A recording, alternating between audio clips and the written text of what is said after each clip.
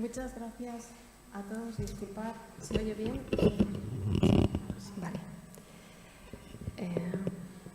De acuerdo. Vale, voy a ver. Espero que todo salga bien, porque... Bueno. Muchísimas gracias a todos. Bueno, pues disculpad. Quería empezar agradeciendo sobre todo a Fátima Cruz, que es la coordinadora del máster, y también, pues evidentemente, a la universidad, pero a Fátima, que es la que me ha lanzado esta invitación para participar. Y os confieso que lo que le dije al principio es que esto era demasiado importante y que, en fin, que sí seguro, y bueno, tengo que decir que para mí es un placer estar aquí, ¿no? Compartiendo la presentación con Masouda Kohistani. Y siempre es para mí un enorme placer venir a Palencia y reunirme con las compañeras de la Cátedra de Estudios de Género. Y bueno, quiero dar las gracias también a todos los que vais a pasar este tiempo, esa presentación conmigo, y también a todas aquellas personas que están con nosotros online y con las que vamos a estar unidas por las inquietudes y por las cuestiones que van a surgir aquí esta tarde.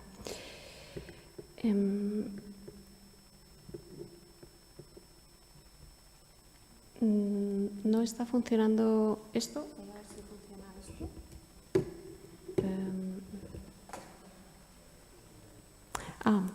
Porque está apagado. Vale. De acuerdo.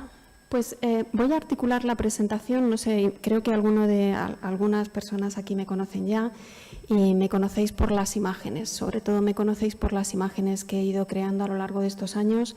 Y lo que me he propuesto es articular la presentación aprovechando las creaciones gráficas que he realizado en gran parte para esta magnífica obra que dirigió Alicia Puleo, y a la que tengo que agradecer, pues, en una gran parte la aventura visual que voy a desplegar hoy aquí. Alicia, que desde el 2014 es directora de la emblemática colección Feminismos de la editorial Cátedra, que seguramente todos conocéis. Y siguiendo el título, ¿no?, ser feminista hoy, diría que es formar parte de una enorme diversidad, y la prueba está aquí hoy, ¿no? Creo que estaremos de acuerdo en que es un terreno muy complejo, un espacio común en el que en ocasiones algunas posturas se construyen en base a las diferencias. Dentro de este movimiento, con preocupaciones de base aún por resolver. Y dicen que divide y vencerás, y mientras que algunos nodos se abigarran, pues creo que perdemos fuerza. Y la diversidad, que es sin duda una valiosa riqueza, no quiero que en ningún momento se entienda lo contrario, creo que es necesario conservarla, porque no solo somos la mujer, sino que somos las mujeres con toda la pluralidad, ¿no?, que ese número conlleva. Pero tenemos que tener muy claras, ¿no?, como ya se ha dicho hoy aquí, cuáles son esos objetivos comunes, ¿no?, que tenemos todas.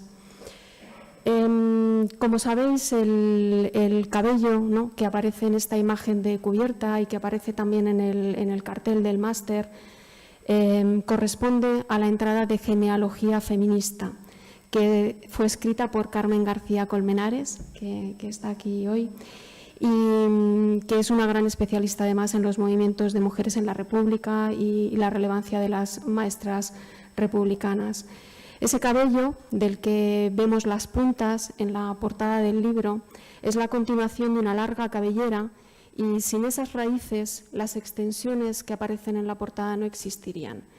Hay un legado emancipador, como bien dice Carmen en la entrada, del que partimos, ¿no? Negar nuestras raíces, como explicó también Celia Amorós, es perder la solidez y la fuerza que ha ido consiguiendo con mucho esfuerzo el feminismo. Y también decía, conceptualizar es politizar, que es una conocida cita de ella y que Alicia incluye en la entrada sobre el patriarcado. Las interpretaciones en clave sociopolítica y el descubrimiento de las relaciones de poder que están asociadas a problemáticas que se detectan en la vida cotidiana, no surgen de la nada. Y bueno, en el 2011 apareció publicado Ecofeminismo para otro mundo posible, que es el resultado de la primera colaboración que tuve con Alicia Puleo y el punto de partida de un recorrido no solo de producción visual, sino también, diría, para mí, de cultivo teórico. Un jardín huerto, diría, a mi medida, donde no solamente he producido imágenes que cubren ciertas necesidades, ciertos vacíos, sino que también me han ilustrado y me han producido un enorme deleite estético, diría. Creo que ya nadie o casi ninguna persona dudaría de que la teoría feminista debe pensar los problemas de nuestra época y entre ellos los que ocupan un lugar central pues serían el deterioro ecológico, como pensar los problemas de nuestra época entre los que ocupan un lugar central el deterioro ecológico. La necesidad de defender la libertad, la igualdad y la sostenibilidad es clara y rotunda hoy y volveré luego sobre esos temas, pero me gustaría antes de entrar a hacer un pequeño inciso, un pequeño viaje temporal. Vamos a viajar al 2007 y con estas imágenes son con las que ilustré una comunicación que hice en el marco de un congreso que organizó la Fundación Isonomía en la Universitat Jaume I en Castellón. Y fue un congreso que tenía la temática de identidad de género versus identidad sexual. Y en él tuve la extraordinaria suerte de coincidir con Maite Alario y que ella viese mi presentación, claro. Y en este congreso, al que además recuerdo asistí embarazadísima, con una de esas tripas que tienen codos, rodillas, que sobresalen, recuerdo con nitidez, ¿no?, la calidez de la conversación que tuve con Maite y esa energía sorora que marcó un hito en mi trayectoria, y es ella la que me abrió la puerta hacia el ecofeminismo y con la que inicié mi colaboración con las compañeras de la Cátedra de Estudios de Género, que son para mí un refugio, un lugar de intercambio y de enriquecimiento mutuo, impregnado siempre de esa primera impresión cálida que me transmitió Maite. Y en mi presentación yo hacía una revisión visual de las publicidades y carátulas de las imágenes de cubierta, podríamos decir, de las cassettes de las consolas de los 70 y los 80, de juegos de Atari, de Amiga, Nintendo, un viaje visual en el tiempo considerable, como podéis ver. Y lo que intentaba mostrar era cómo las niñas y las mujeres de estas décadas habían sido sutilmente excluidas. No estaba contando nada que no estuviese escrito, ¿de acuerdo? Pero sí que estaba mostrando imágenes que no todas habíamos visto. Por ejemplo, estas imágenes de los años 70, donde vemos claramente cómo había una afirmación determinante, neta, clarísima, unos vectores que apuntaban al destinatario de este nuevo universo. Es el lenguaje de miradas que entendemos todas. Y no hizo falta decir mucho más. La pauta se instaló en los deseos y proyecciones de adolescentes y jóvenes de esas décadas. Y una vez marcado el terreno, era cuestión de tiempo. Los desarrolladores trabajaron para sí, para satisfacer sus ambiciones, sus fantasías. Y en este nuevo universo, que no era para nosotras, no hacía falta que nadie escribiese, que nos lo dijesen con palabras que no eran para nosotras, porque ya lo habíamos visto y sabíamos que no nos interesaba. Hizo falta mucho texto escrito antes de que empezásemos a corregir o hacer correcciones en las imágenes.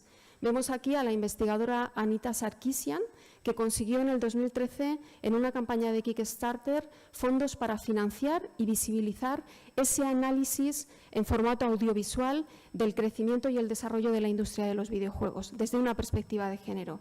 Y ella no fue la primera. En mi comunicación yo ya citaba un proyecto I+D del 2004 que se llevó a cabo en la Universidad Complutense y que se titulaba La diferencia sexual en el análisis de los videojuegos. Muy interesante, donde además se planteaban modelos estereotipantes como el masoquista, el sádico, la Barbie, pero aquí es donde me gustaría llegar, que los resultados de ese estudio y otros estaban. La palabra estaba escrita, pero la imagen, esa compensación de la desviación, seguía ausente. Las imágenes pueden condicionar radicalmente nuestras elecciones. nos afectan directamente, pasan sin parar en el control o en la aduana, pasan directas a la impresora de nuestro cerebro. Aún conociendo datos y estando bien informadas, aún aplicando una mirada crítica, esas imágenes se imprimen. En la obra de Arte ecosocial, Tonia Raquejo describe un experimento que ejemplifica cómo replicamos lo que hacen los demás. No solo repetimos acciones irracionales, sino que llegamos a transmitirlas sin saber el origen o aquello que lo provocó. Cuenta cómo en una sala de espera una persona entra y los que están allí se levantan cada vez que suena un pitido. Ella, la persona que entra, mira extrañada al principio, pero empieza a hacerlo también. Y una vez que los compañeros de la sala de espera ya han salido, esa persona continúa repitiendo la acción. Es el poder de la mímesis y de la dinámica social. Tonia en el escrito afirma, refiriéndose a la situación de la crisis global, que al final adquirimos los valores no tanto por lo que conocemos conscientemente, sino por lo que hemos asimilado inconscientemente, a través de modelos de actuación normalizada e involuntaria consensuada, que repetimos de manera automática. Mencionaré dos fenómenos completamente sorprendentes, disparatados, que seguro que habéis visto todos y que se han propagado como la pólvora en las redes sociales. Retratarse con la boca en forma de pico, lo que se llama poner morritos, o la posterior oleada, que seguro que habéis visto, de retratos con la lengua fuera y que podríamos decir que es una pandemia visual en usuarias y usuarios de redes sociales por debajo de la veintena. Son ejemplos de acciones miméticas, imágenes que parecen anodinas, pero que apuntan a cómo la imagen puede cubrir, diluir o desactivar muchos discursos, ¿no? En definitiva, cómo pueden, aún siendo réplicas inconscientes, incidir en nuestra percepción. Algo muy similar a este fenómeno mimético es lo que a menudo ocurre con el amor romántico y la violencia machista, ¿no? Que la frontera entre la galantería y la opresión no queda clara.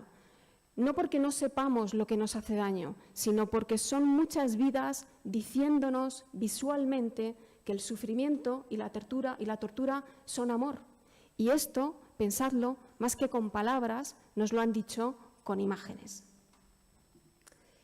Este es un detalle de una famosa obra esculpida en mármol de Carrara, titulada El rapto de Proserpina.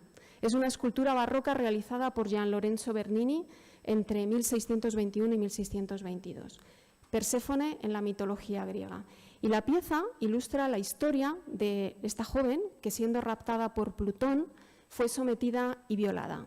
Sin duda, la obra da muestra de las extraordinarias habilidades de Bernini, su dominio sobre la anatomía y la capacidad de evocar el movimiento.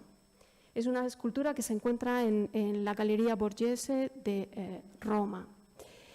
Pues recientemente el director del Museo de Bellas Artes de San Francisco afirmó que después del movimiento Me Too podemos apreciar este arte sin dejar de ser críticos sobre lo que se representa en él. Bien, Bernini convierte la piedra en carne, como se ha dicho, y la carne acaba emulando la piedra. La piedra, y donde digo la piedra, entendamos el cine, los videoclips de música, las publicidades. No estoy diciendo nada que no sepamos. Las y los jóvenes y los no tan jóvenes se proyectan en los modelos que las sociedades construyen. Autoras tan importantes como Ana Jonasdóttir en El poder del amor o Marcela Lagarde, Mariluz Esteban, Dulce Chacón ya han hablado mucho sobre el amor romántico como germen y de la naturalización de ciertas violencias sobre los cuerpos de las mujeres. Las imágenes influyen de forma determinante nuestras acciones, porque proyectamos y construimos nuestra realidad siguiendo las pautas dictadas por una ficción. En la escultura de Bernini, un acto violento acaba presentándose como una escena romántica. En este tipo de análisis quiero destacar el trabajo que durante décadas lleva realizando Mary Beard, estudiando cómo aparecen las mujeres representadas en el arte y cómo han sido representadas algunas obras antiguas, en algunas obras antiguas. Documentales como El desnudo en el arte o Los ojos de la fe. En todo caso, en la violencia no hay amor, y esta afirmación es además extensiva a relaciones con otros seres vivos y con la naturaleza en general. Este detalle encarnado de la escultura de Bernini que estabais viendo aparece en la cubierta del libro ¿De qué hablamos cuando hablamos de violación?, de Sohaila Abdullahi. Posiblemente uno de los retos más impactantes, diría, que he afrontado. A menudo, la dificultad de crear imágenes para estas cubiertas reside en el deseo imperativo por no naturalizar, que es uno de los grandes riesgos que conllevan las imágenes. Y mencionaría por esta razón misma también la imagen que propuse para esta obra Política sexual de la pornografía, ¿no?, de Mónica Alario Gavilán. En esta ocasión elegí ilustrar una sensación, más que representar, justamente para evitar naturalizar, más que representar una acción o un fenómeno como pueda ser la pornografía. Esta sensación de ahogo, aplastante, diría casi inmortal, que puede recordar a las performances y las imágenes de Ana Mendieta, ¿no?, en los años 70 y 80 en esta obra de Glass on Body. Esta distorsión de la imagen, aunque no tanto en un medio rígido como el cristal u opresor, como en el caso de esa goma elástica rosa, es la vía por la que opté también para trabajar para la imagen de cubierta de este libro de Kasia X. Ekman, cuando ella habla sobre la existencia del sexo. Esta obra en concreto a mí me resultó una obra personalmente muy especial. También creo que me sentí muy interesada por el contenido, en gran medida por la edad que tiene mi hija hoy en día y los movimientos y fluctuaciones identitarias que veo en sus círculos de amistades. Mi hija ahora tiene 15 años. Entonces, el agua como cristalino, como ese medio que altera la forma y la visión, y ese estar dentro y mirar desde dentro del agua, y esas otras personas que miran desde fuera del agua y que están en el mismo escenario pero ven de otra manera, me sirvieron para acompañar ese discurso de X. Ekman. Otro de los grandes retos pues, sería esta obra reciente de Hombres feministas de Jesús Espinosa, donde casi pues, opto por no poner cuerpo y cara, sino plantear una metáfora no antropomórfica, casi recurriendo a la imagen de un fenómeno, diría, esperanzador. En la obra de Hombres feministas, pues bueno, planteo, ¿no?, esta vida que surge del asfalto. Y casi como contraposición, pues mostraría esta imagen que es la que aparece en la obra de Marta Madruga, Feminismo e Ilustración, un seminario fundacional. Y decía como contraposición porque justamente aquí sí que hay una intención, porque esas figuras que aparecen se vean como figuras femeninas, e incluso podríamos decir que tienen rasgos, ¿no?, de algunas o que apuntan a algunas estudiosas concretas que formaron parte de ese seminario, y que también se encuentran en un contexto definido muy concreto, que es ese Madrid de fondo, utilizando un mapa como es este, que es un mapa de época, en el que además sitúe espacios de estudio y de lectura coincidiendo en la medida de lo posible con emplazamientos reales. Esta obra, estas obras, ¿no?, que frecuentemente son un proceso largo donde se barajan varias opciones, ¿no? Pongo esta, que es una de las obras es una de las imágenes que se descartaron para la obra de Marta Madruga, donde aparecen las suffragettes, ¿no?, las sufragistas, presentes en otras obras, como en la reedición de Democracia Feminista, para la que utilizamos este imaginario, la bicicleta, ¿no? La bicicleta porque alude a la autonomía que ganaron las mujeres cuando tuvieron este medio para poder moverse, ¿no? En la entrada de autonomía que aparece en la obra Ser feministas, Concha Roldán habla también de democracia y también habla de pluralidad. Y dice, sin duda, son muchos los feminismos y está bien que prolifere esa pluralidad siempre y cuando todas sigamos defendiendo un feminismo en singular, en el sentido de Alice Jagar, y cita, lo común a las diversas formulaciones de la teoría feminista en su compromiso por terminar con la subordinación, marginación, discriminación, dominación, explotación y violencia, tortura contra las mujeres. Entonces, bueno, este común, ¿no?, objetivo común del que mencionaba antes. Ese común lo encontramos en los diversos, diría, ¿no? En la pluralidad de los feminismos y de los ecofeminismos. Por ejemplo, en Mujeres Indígenas en Defensa de la Tierra, Aimé Tapia nos habla de ese feminismo de Abya Yala, el nombre con el que el pueblo cuna de Panamá designaba al continente americano antes de la llegada de Cristóbal Colón y los colonizadores europeos, y que, como explica Aimé, algunas organizaciones indígenas han recuperado como una forma originaria de referirse a América en sus propios términos: tierra plena, tierra madura. Mujeres Indígenas en Defensa de la Tierra aparece también un pequeño homenaje a Berta Cáceres, porque podéis ver que es una de las caras pequeñas que aparecen ahí. Y también aparece una alusión a la agricultura y al trabajo de la tierra. Y me gustaría aquí hacer un breve comentario en relación al imaginario que estamos asociando al ecofeminismo, porque estoy bastante sorprendida con un fenómeno visual que creo que se está dando y que me parece que tendríamos que analizar con cuidado, que es cómo aparecen frecuentemente asociadas al término ecofeminismo mujeres ganaderas, en algunas ocasiones integrando en esa misma imagen la crianza de sus propias hijas e hijos y el ganado.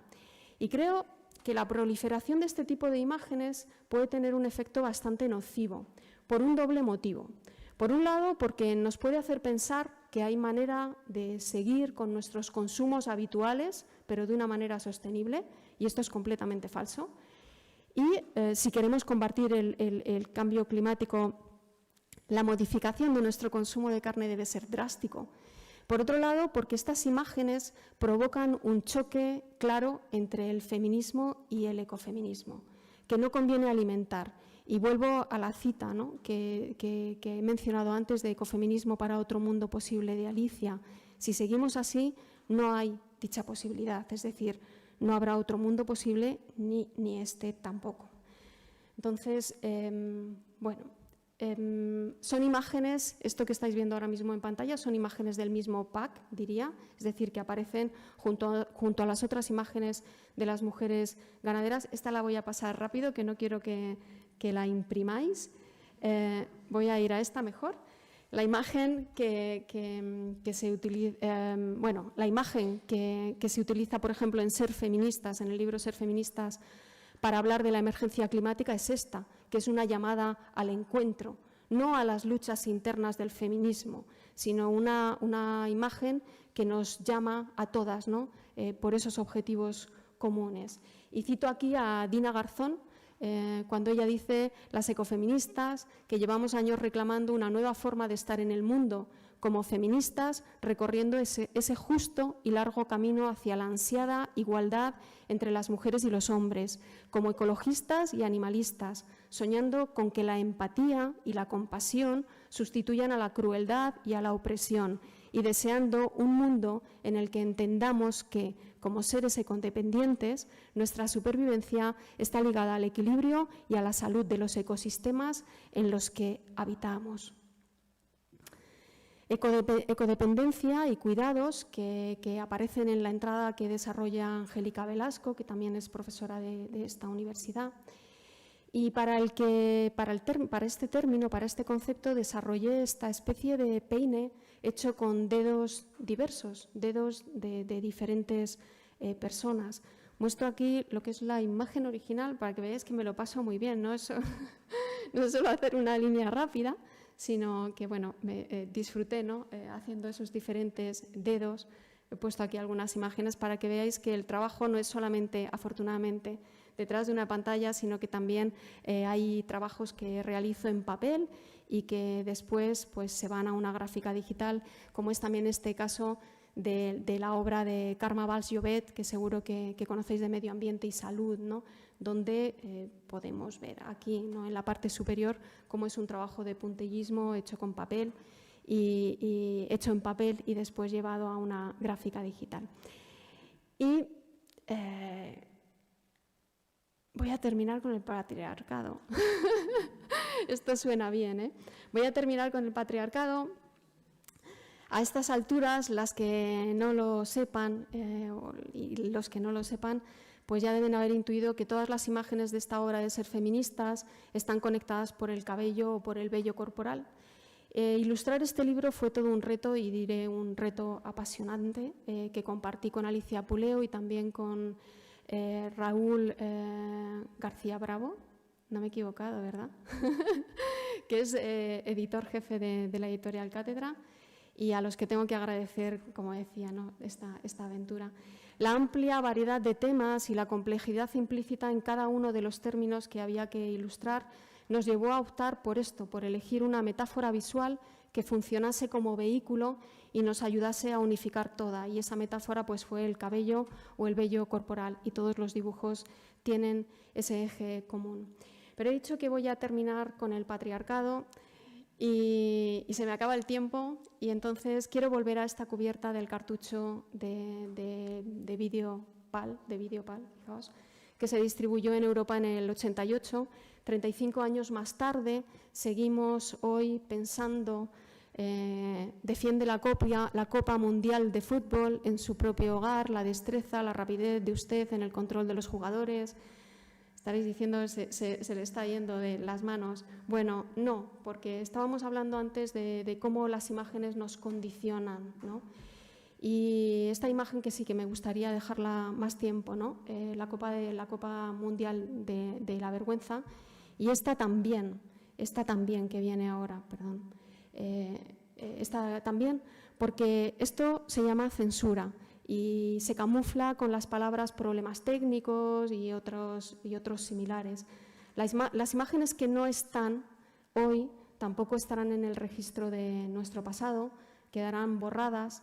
Sobre todo, yo creo que esta es una reflexión que tenemos que tener muy en cuenta hoy en día, y tal y como vivimos nuestras vidas hoy en día, porque son las memories de Facebook o las apps de fotos como la de Apple, el resumen musical de Spotify, el año en TikTok, para los más jóvenes, los que nos están haciendo ese resumen del pasado. Y muchas de esas imágenes que deberían estar no van a estar, justamente porque son esas plataformas las que se están encargando de resumir lo que ha pasado en nuestras vidas. Nuestras vidas transcurren en estas plataformas y empezamos a depender de ellas, no solo para el almacenamiento, sino también para que construyan automáticamente lo que ha sido de nuestras vidas. Su interés por este pasado nuestro no es altruista, es algo rentable y es un modelo de negocio que vamos a pagar, ¿no? Bueno, y voy a terminar diciendo que las imágenes significan por lo que vemos, pero también por lo que no vemos en ellas, por lo que omiten. Omitir las imágenes de la realidad de Qatar cuando mostramos triunfos, luchas, celebraciones, es sobreescribir la realidad, porque más que no mostrar, lo que hacen es cubrir o encubrir. Las imágenes, como decía, quedan impresas en nuestra memoria y nos asaltan en el terreno de lo consciente, en el mejor de los casos, y muy a menudo en el inconsciente. Replicamos acciones que grabamos, procedimientos, lógicas aprendidas de manera involuntaria. De la misma manera, las imágenes del futuro, las que construyen para nosotras el sueño ajeno del futuro, ponen límites y definen metas que anticipan nuestro avance.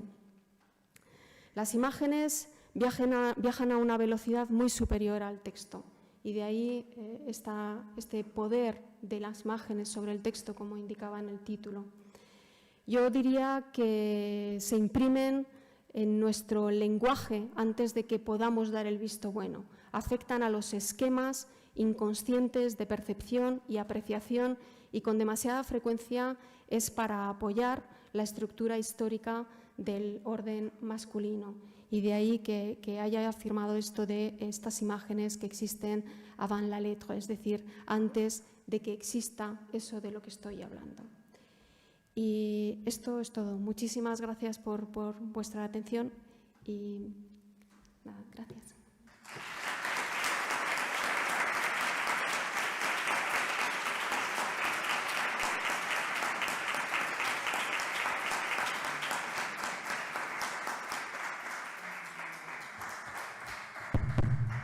Muchísimas gracias, Verónica.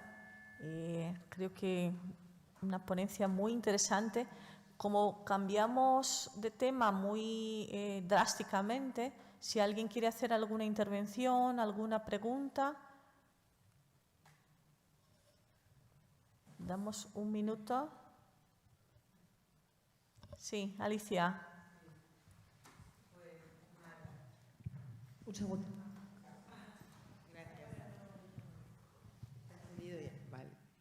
Bueno, pues yo quería felicitar a Verónica Perales por esta extraordinaria ponencia que nos ha dado, que aúna belleza con la profundidad del mensaje. Y decir que la colección Feminismos ha ganado muchísimo desde que es quien se ocupa, Verónica es quien se ocupa de hacer esas cubiertas. Jamás desde una perspectiva únicamente estetizante, sino leyendo en profundidad, discutiendo, analizando, etcétera. Así que, pues, muchas gracias.